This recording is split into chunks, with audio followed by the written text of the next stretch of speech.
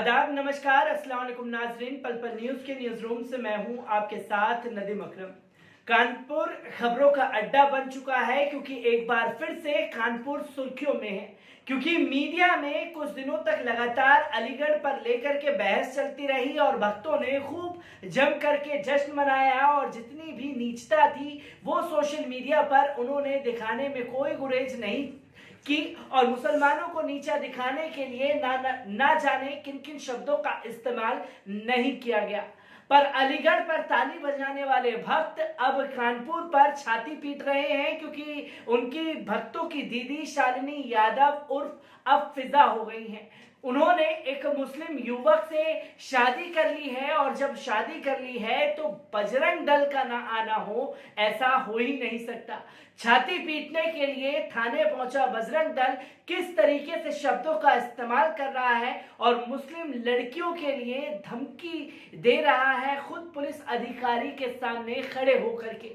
नेताजी कह रहे हैं कि अगर पुलिस ने कोई बड़ी कार्रवाई नहीं की तो वो मुस्लिमों की 100 लड़कियों को उठाएंगे और उनका जबरन धर्म परिवर्तन करवाएंगे और हिंदू लड़कों से शादी करवाएंगे।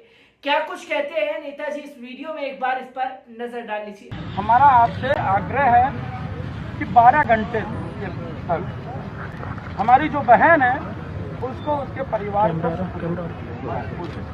न तो विश्व हिंदू परिषद बजरंग दल अपने आह्वान पर उन विधर्मियों के यहाँ पर जाकर उनके घर की बहनों को हम लोग लेकर जाए। तो दोस्तों, आपने देखा कि बजरंग दल के नेता के ऊपर सवाल तो खड़े हो ही रहे हैं और खड़े सवाल हो रहे हैं प्रशासन के ऊपर। इन तमाम पहलू पर बात करूंगा, पर इससे पहले एक वीडियो सोशल मीडिया पर शालिनी यादव और फिजा का वायरल होता है, उसमें उन्होंने क्या कुछ कहा था, एक बार इस वीडियो पर भी नजर डालिए। मैं शालिनी, मेरी उम्र 22 साल है। मैं HRG 1/8 की रहने वाली हूँ। जैसा कि मैंने अपनी पहली वीडियो में सारी जानकारी दे दी थी, मैंने मोहम्मद फैसल, अपने दोस्त मोहम्मद फैसल के साथ 2 तारीख को 2 जुलाई को गाज़ियाबाद से कोर्ट मैरिज की। हमने अपना खुद से अपनी मर्ज़ी से कन्वर्जन किया। मैंने बिना किसी दबाव के, बिना किसी फोर्स के हमने शादी की। शादी करने के बाद हम अपना दिल्ली आ गए। दिल्ली आके हम रह रहे थे, तो जहाँ हम रह रहे थे वहाँ से कानपुर की पुलिस, मेरे पापा, कानपुर पुलिस जिनमें किदवाई नगर थाने के दरोगा अशोक कुमार यादव और 2 पुलिस और थी। पुलिस आई जहाँ मैं रह रही थी, वहाँ से मुझे, मेरी फुफ्फू और भाई समीर जिनका नाम है, उनको ले गई थाने ले जाकर मुझसे मेरे बयान लिए, जो कि मैं अपनी मर्ज़ी से आई थी बिना किसी दबाव के। तो मैंने अपने पति के साथ रहने का फ़ैसला किया और मैं यहाँ से नहीं गई। पुलिस इस आधार पर मेरे बयान लिखित लेके और मेरा वीडियो फुटेज बना के चली गई। जब चली गई, उससे पहले मेरे पापा जाने से पहले मेरे पापा ने कहा, तुमने तो शादी कर ली है, मैं अब तुम्हारे लिए मर गया हूँ, तुम अपनी शादी में, अपनी ज़िंदगी में खुश रहो, मैं जा रहा हूँ। मेरे पापा चले गए। फिर हम जहाँ रह रहे थे हम वापस आ गए और 8 अगस्त को हमें पता चलता है कि मेरे पापा ने न्यूज़पेपर में मोहम्मद फैसल के नाम न्यूज़ निकाली है, जिसमें लिखा था कि मोहम्मद फैसल कट्टे की नोक पे मुझे जबरन ज़बरदस्ती ले आए, और जबकि ऐसा कुछ सच भी नहीं है। मैंने पहले वीडियो में बताया था और आज हम दर-बदर भटक रहे हैं। कानपुर की पुलिस आज फिर जहां हम रह रहे थे वहां आई और मेरे फुफ्फा फुफ्फू को लेके चली गई। उनसे ज़बरदस्ती उनसे चीज़ें कह रही है और हम वहां जा नहीं सकते क्योंकि मुझे जान का खतरा है अपने पापा से, अपने घर वालों से। मेरे जान के खतरे के साथ साथ मोहम्मद फैसल जो मेरे पति है और मेरे ससुराल वाले मम्मी पापा भाई जितने भी हैं सबको खतरा है। फुफ्फू फुफ्फा भाई जितने भी हैं सबको खतरा है और सब पे इल्ज़ाम आ सकता है अगर मुझे कुछ हुआ, जबकि मैंने सब कुछ अपनी मर्ज़ी से किया है। हमारे पास किसी चीज़ का कोई सपोर्ट नहीं है, किसी का कोई साथ नहीं है। हमने किसी के साथ कुछ भी गलत नहीं किया, बस हम एक दूसरे को 6 साल से जानते थे। इस वजह से हम लोगों ने एक साथ रहने का फ़ैसला किया, अपनी शादीशुदा ज़िंदगी एक अच्छे तरीके से रहना चाहते हैं। पर मेरे पापा इस शादी से खुश नहीं हैं क्योंकि मोहम्मद फैसल के घर वाले गरीब हैं और मेरे पापा ये मानने को तैयार नहीं है। झूठी FIR, झूठे मुकदमे वो सब करा रहे हैं और जबकि ऐसा कुछ भी नहीं है, सब गलत है, सब झूठ है। अगर अब मुझे कुछ होता है, सब कुछ जो कुछ भी मुझे होगा इसके जिम्मेदार मेरे पापा, जिनका नाम जयचंद यादव है, मेरे भाई विकास यादव, अभिषेक यादव, इनका हाथ होगा।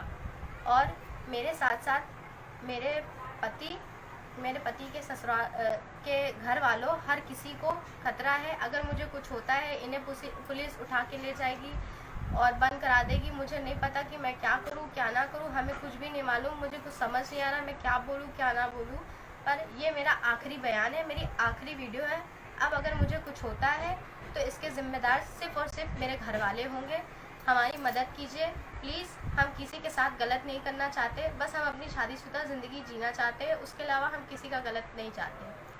प्लीज़ हमारी मदद कीजिए। Thank you.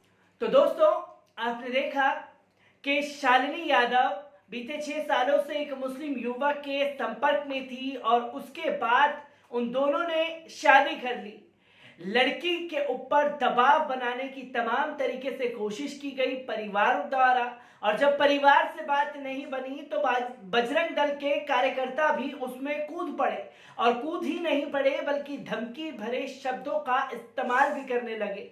एक बार फिर से बताऊंगा कि बजरंग दल के नेता कहते हैं कि अगर पुलिस ने कोई कड़ा कदम नहीं उठाया तो हम मुसलमानों की 100 लड़कियों को उठाएंगे और जबरन हिंदू लड़कों से शादी करा करके उनका धर्म परिवर्तन करवाएंगे।